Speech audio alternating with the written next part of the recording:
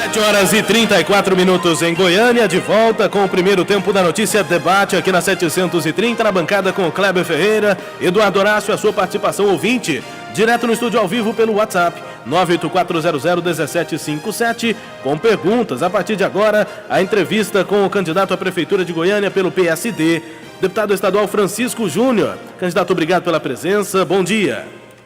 Bom dia, Rubens, Salomão, bom dia, Kleber Ferreira, Eduardo Horácio, a todos os ouvintes da 730 e a todas as pessoas que acompanham hoje, começam a acompanhar hoje o processo eleitoral, já que a televisão começa amanhã.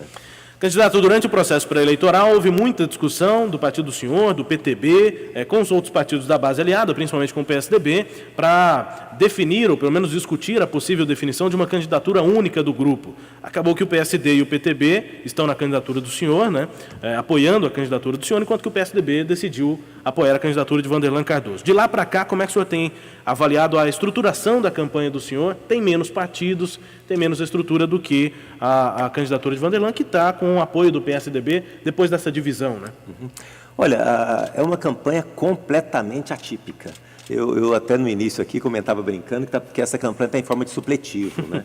Quer dizer, antes tinha um tempo mais tranquilo, você desenvolvia. Hoje teve na nova legislação, uma pré-campanha difícil de compreender, quer dizer, muita coisa podia, outras coisas não podia, ninguém acabou, foi uma coisa meio confusa.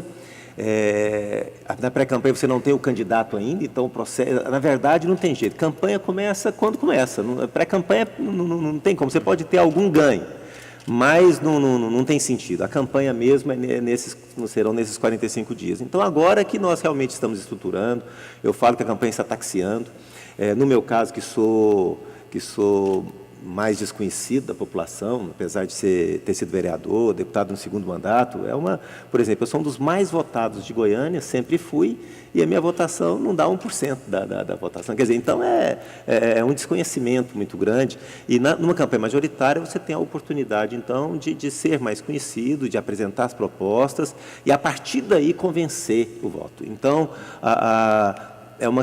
e com as regras do jogo agora, com as regras das eleições, isso é muito diferente. Por um lado, te prejudica, porque é um tempo menor, mas, por outro lado, nós temos oportunidades hoje que no passado não existiam, as redes sociais, o envolvimento da população através das redes, o envolvimento direto do cidadão, isso é um fato novo. Então, eu estou muito ansioso e curioso para ver como vai ser recebido, como vão ser recebidas as minhas propostas, o nosso trabalho. Lembrando que nós estamos num momento dificílimo para fazer política. Nós, até pouco tempo, só se pensava em Olimpíada, agora nós estamos vivendo a finalização do processo de impeachment da Presidente da República, o tempo todo temperado por Lava Jato, Petrolão, e agora também com a Operação Decantação flagrada ontem. Então, é muita informação negativa para a cabeça do eleitor. Eu estava agora no terminal, lá na Praça A, e a gente percebe o humor, as pessoas... O mau humor. O mau humor, as pessoas muito incomodadas com tudo isso, e com toda razão, com toda sinceridade. É muito difícil de você achar que o eleitor, o cidadão, não tem direito de estar muito irritado com tudo que está acontecendo, e é esse o momento que nós iniciamos a campanha. A Operação Decantação respinga alguma coisa na sua candidatura, deputado? Ô Kleber... Por ser um deputado da base, o senhor assume que é da base, no debate da 730, o senhor defendeu essa tese, né, que é um deputado da base? Eu acho que por ser político, né, o meio político está muito ruim, e a população precisa se politizar e entender que é necessário, então, mudança. É necessário fazer as mudanças que precisam acontecer. A Operação Decantação ainda está muito obscura, a gente viu alguma coisa do que foi colocado ainda, mas a gente não sabe direito. Está embrionária, né? Eu fiquei muito surpreso com ela, porque, sinceramente, envolve pessoas que têm uma história e um nome muito bom no meio político, né? Você imaginar o Taveira, que era considerado o grande coringa do governo, então, e todo mundo tem que ter direito à defesa. Eu ainda não o ouvi, então a gente não sabe ainda o que está acontecendo. A gente sabe que é um momento muito delicado, político. Na sua campanha financeiro. entrou algum desse dinheiro? Se Não. mexer lá, Não, assim, não vai. investigar, assim. Minha campanha tem uma dificuldade tremenda de achar dinheiro, seja de deputado, seja de prefeito. Ela é uma campanha literalmente franciscana sempre, né? Então, graças a Deus, eu não tenho envolvimento com nenhuma dessas coisas. Agora, Franciscana e carismática. É verdade. Mas é uma situação que envolve todo mundo. Ontem me perguntaram, inclusive, ontem um jornalista me ligou e perguntou se eu achava que isso me beneficiava. Eu disse para ele o seguinte, falei, olha, eu quero crescer em função do meu trabalho e da minha proposta, da minha relação com a população, eu não quero crescer em função das dificuldades dos outros candidatos, alguma coisa assim. Agora, eu continuo sendo da base, eu sou uma pessoa consciente, eu sei o que existe de mais positivo, de mais negativo no processo de governo, eu reconheço os avanços, reconheço as dificuldades do governo e vou procurar ser muito coerente o tempo todo. Essa operação, deputado, pelo que já foi apresentado até agora, inclusive pelo procurador Avelar, mostra um pouco do que está por trás das doações de campanha até a campanha de 2014, quando eram permitidas doações por empresas. Muito se falava qual era a relação das empresas com o candidato que depois fosse eleito. O senhor acha que depois dessa operação algo deve mudar, algo provavelmente muda já para essa campanha, na forma de fazer financiamento e na relação dos candidatos com quem financia? Já mudou. A questão da doação, se nós não conseguimos ter um modelo igual ao americano, onde você tem uma liberdade muito ampla, mas também uma transparência, uma fiscalização muito forte, e agora só podem ter as doações pessoa física. Isso daí já mudou, agora precisa ter fiscalização e precisa ter ação dos órgãos competentes. Olha, a política é uma coisa muito interessante do Brasil, está melhorando, a gente reclama muito, mas está melhorando significativamente. Quando tiraram os brindes, antigamente, o pessoal que está ouvindo deve lembrar, dava lixa de unha, chaveiro, aquela coisa, tanto de coisa, e quando tiraram os brindes, falou, não, como é que vai fazer campanha agora? Não pode mais distribuir brinde. Sobreviveu e foi eleito muita gente. Depois acabaram com os shows, depois acabou com a comida, e agora acabou com a doação de empresas, de CNPJ, que a gente fala, né? Então, e ótimo, e nós temos que aprender a fazer política com o que temos, com proposta, conversando. Por outro lado, entrou as redes sociais, que traz essa interação direta, e isso é fundamental hoje. Hoje, o eleitor ele tem que olhar no olho do candidato, seja de forma virtual ou real, e ter essa relação direta. Não precisa mais essas coisas, e a campanha tem que ficar barata mesmo. A única forma da gente ter governos diferentes é se nós tivermos campanhas diferentes. Eu sou plenamente a favor. Segurança pública, deputado, como que vai ficar essa questão? O prefeito pode se meter nisso? O senhor, se for prefeito, vai se meter mais nesse assunto ou é mais uma competência do Estado? Eduardo, a competência da prefeitura, ela tem alguma competência ostensiva agora na mudança da legislação com a Guarda Civil.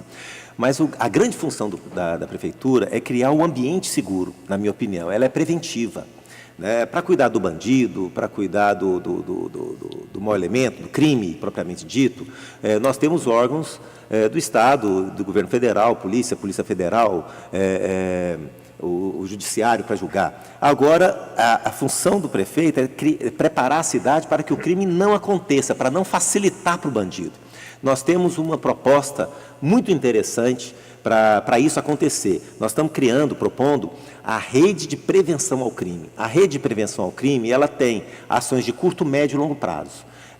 A curto prazo, ganhando as eleições, nós vamos fazer um programa ousado de vigilância da cidade por câmeras. Isso é uma coisa que já é conhecido, não é novidade para ninguém, mas precisa de investimento e precisa de parcerias para a gente conseguir a acessão das imagens do comércio e das residências e somar essas imagens todas numa central de observação. Então, isso é uma primeira ação. Uma segunda ação, nós queremos criar a interatividade com a população.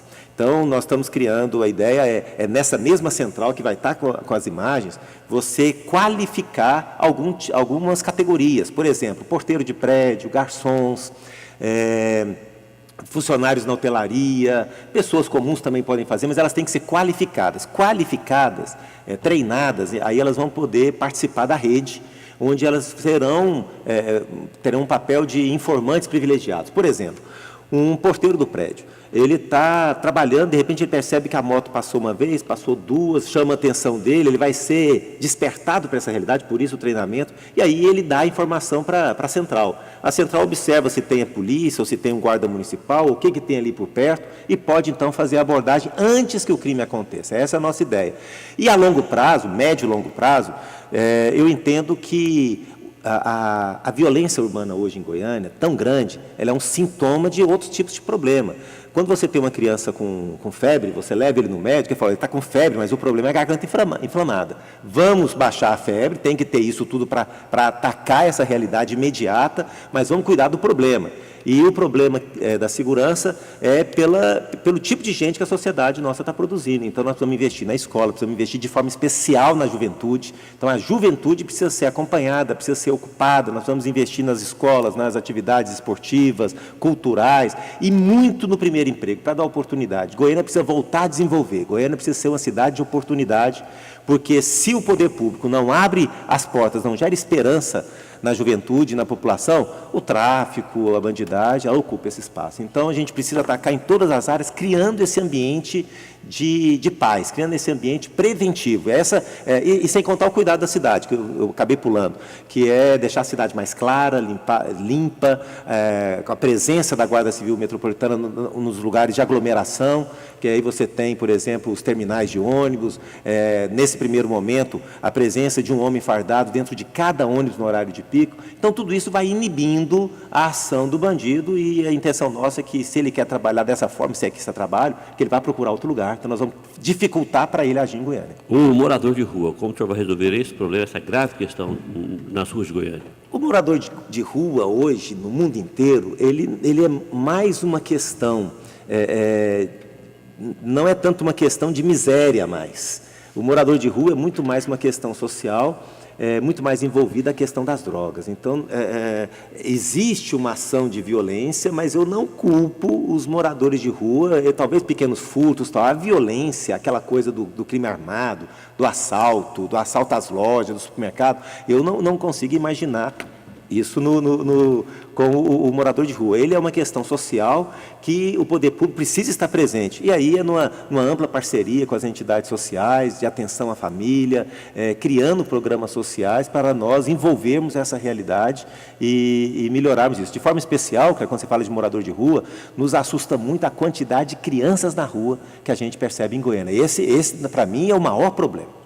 7h46 em Goiânia. Estamos entrevistando o candidato do PSD à Prefeitura de Goiânia, Francisco Júnior. Aqui no primeiro tempo da notícia, que tem um oferecimento de Copy Systems, excelência em soluções de impressão, 3221-2300.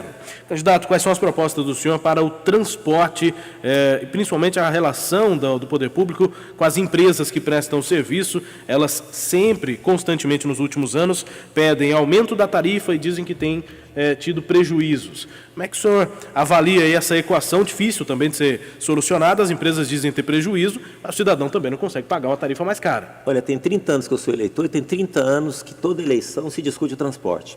Uma coisa que eu já estou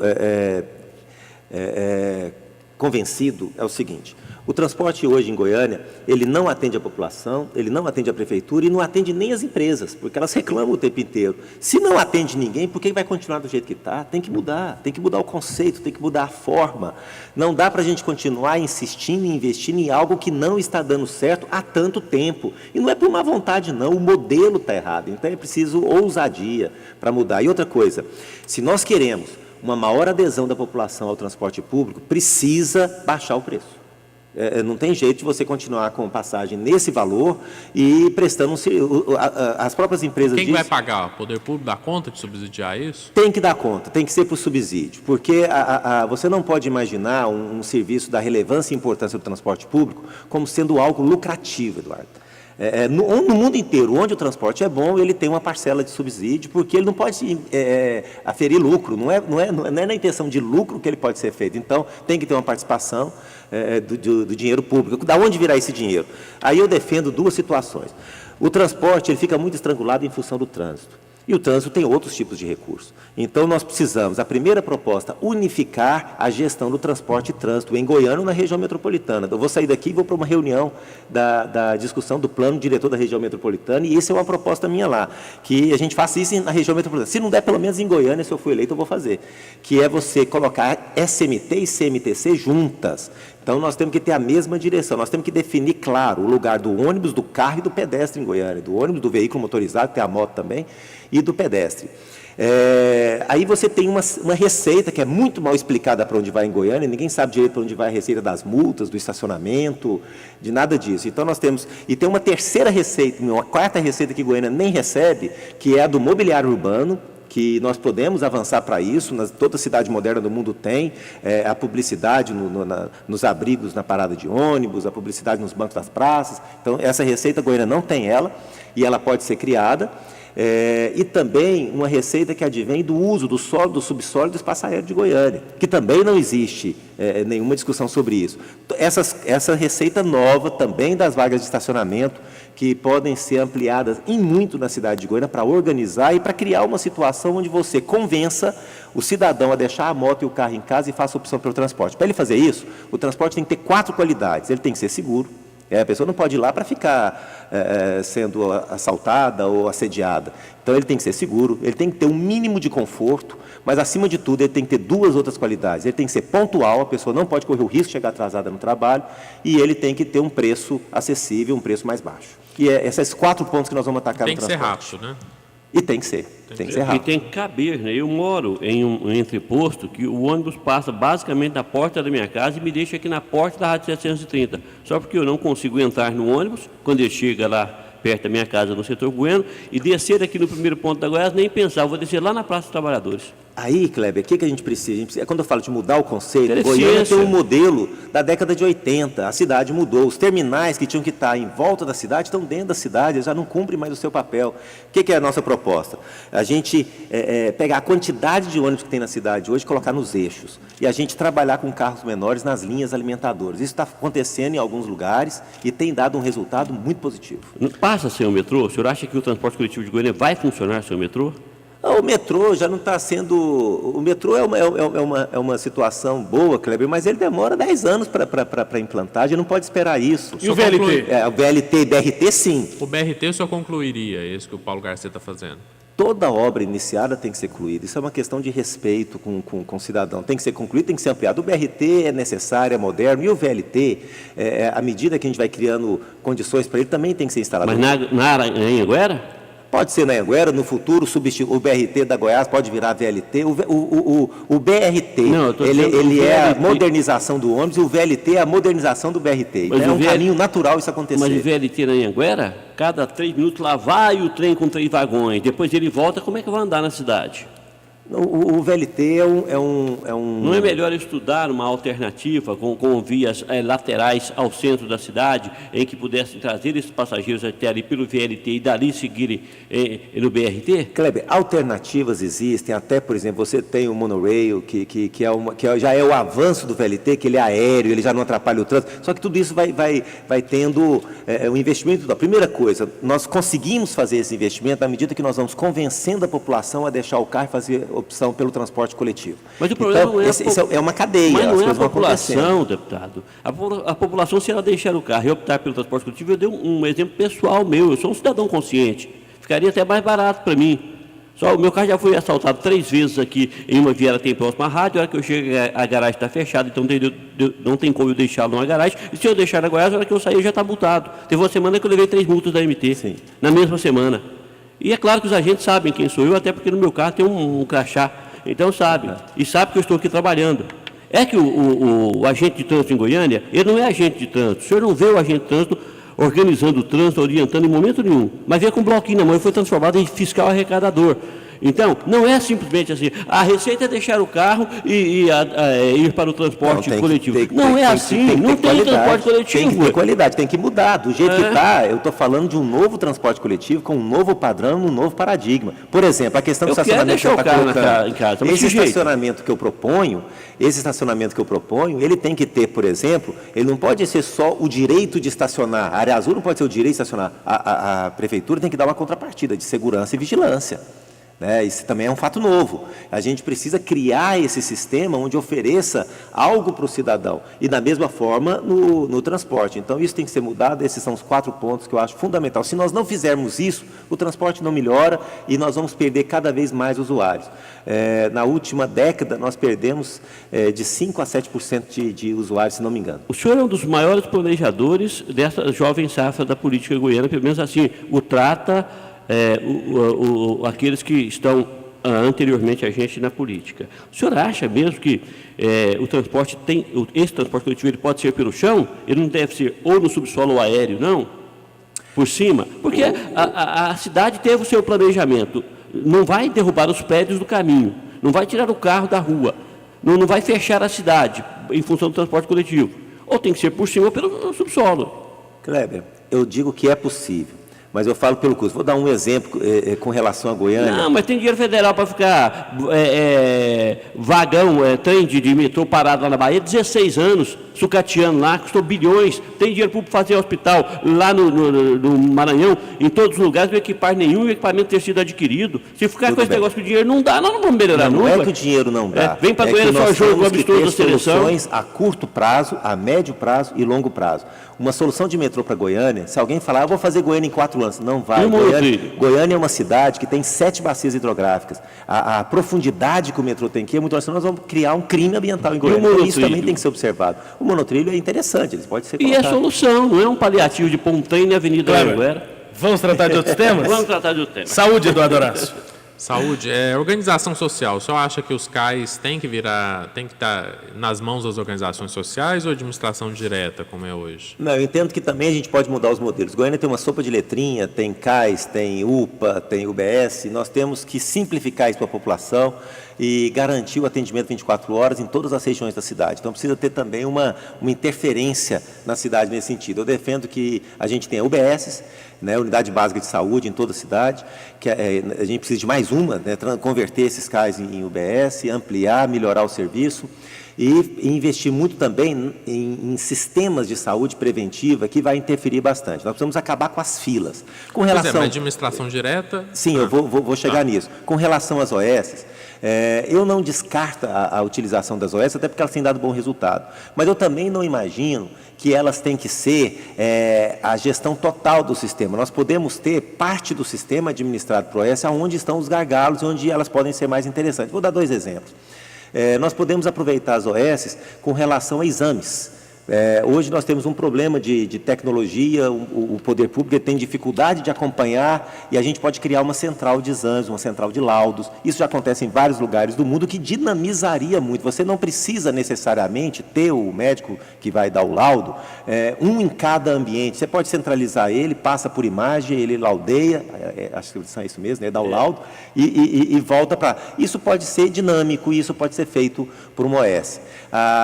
Nós podemos ter prestação de serviço na cidade para acabar com as filas. Eu não descarto OS, não descarto parcerias com hospitais particulares para a gente acabar com... Hoje existem 9 mil pessoas na fila para uma cirurgia em Goiânia. Muitos deles não vão conseguir fazer a cirurgia, vão morrer antes, lamentavelmente. Isso é gravíssimo. Então nós temos que avançar isso. E nós temos sistemas na saúde que precisam ser implantados, como é o caso, por exemplo, de uma central de crônicos. Goiânia não faz uma avaliação de crônico. Muita gente piora porque não foi acompanhado, por exemplo, um diabético que não toma direitinho, uma pessoa que tem pressão alta. Eu não sou médico, então eu cito só alguns exemplos mais fáceis. Mas uma central de crônicos é fundamental ser implantada. Então, essas são propostas nossas na saúde para acabar. Agora, a grande proposta nossa realmente é garantir que tenha médico todo o tempo, 24 horas em todos os CAIs e para fazer as cirurgias. Nós vamos fazer isso no primeiro momento, contratando com um contrato... seja comissionado, seja o que for, porque nós temos grande parte dos cargos comissionados nós vamos converter para a saúde, que eu acho que é fundamental, é o problema da cidade no momento. Passado esse momento, aí nós vamos, a médio prazo, dar a solução definitiva. Mas existe uma falta de interesse... E com OS existe uma falta de interesse de médicos de trabalhar no serviço público. Existe, não só de médicos, Mesmo hoje, com salários altos, hoje até. de vários, nem só do médico, é de várias opções, porque você não tem uma carreira definida, você não tem uma clareza, você não tem uma proposta definida. Então isso precisa ficar claro. Então isso vai ser negociado, vai ser colocado no papel um concurso real, daquilo que é possível. Daí que eu falo que eu não descarto as OS. Porque nesse momento, talvez, o dinamismo da OS, parcerias, PPPs, tudo que a legislação nos permite para poder melhorar será usado. A gente perguntou para todo mundo, o Uber, o senhor vai regulamentar se for prefeito? Acho que precisa ser regulamentado, sim. A gente não consegue andar para trás na história. Então, o Uber é uma realidade mundial. Agora, enquanto a gente não regulamentar, vai ficar motorista de táxi batendo nos motoristas de Uber, motorista de Uber brigando. Como é que é a expressão que eu quero usar? Selvagem. Selvagem, isso. Isso é selvagem. Nós não podemos permitir isso na cidade. O poder público tem que ser presente em todas as situações. Então, é uma realidade nacional, nós vamos regulamentar da forma que a sociedade goianiense entende que é o melhor jeito. Se ficar favorável para o Uber, bem. Se não ficar, bem. Mas precisa ter regulamentação, precisa ter uma discussão, precisa sentar na mesa. Não podemos fugir desses temas na cidade. Tem que ser regulamentado. O senhor foi secretário de Planejamento e um processo que a Prefeitura esboça colocar em prática, já está fazendo um chamamento público para analisar isso, é a expansão urbana.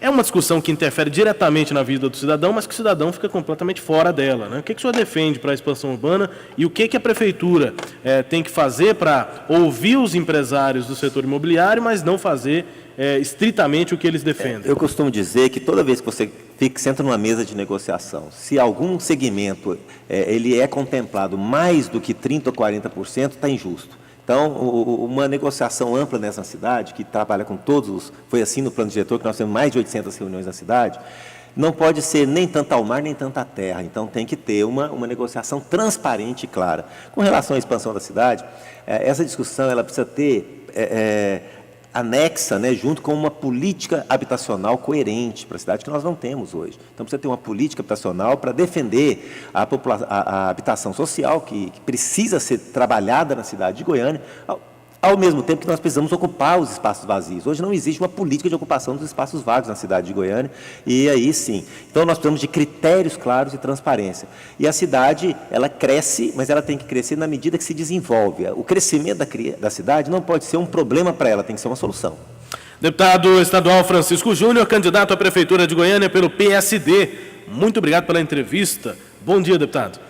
Bom dia, eu agradeço a oportunidade de estar aqui, convido a todos para acompanhar o nosso trabalho. Amanhã começam os programas na rádio e televisão, acompanhe também nas redes sociais e participe. Goiânia, a política, de forma especial Goiânia, só melhora na medida que você participa. Um abraço a todos os ouvintes da Rádio 730. Destaques da entrevista com o candidato à Prefeitura pelo PSD, Francisco Júnior, você confere acessando o portal 730.com.br, também o Diário de Goiás, parceiro da 730, na cobertura das eleições 2016, que transmitiu inclusive esta entrevista ao vivo em vídeo pelo Facebook da 730 e do Diário de Goiás.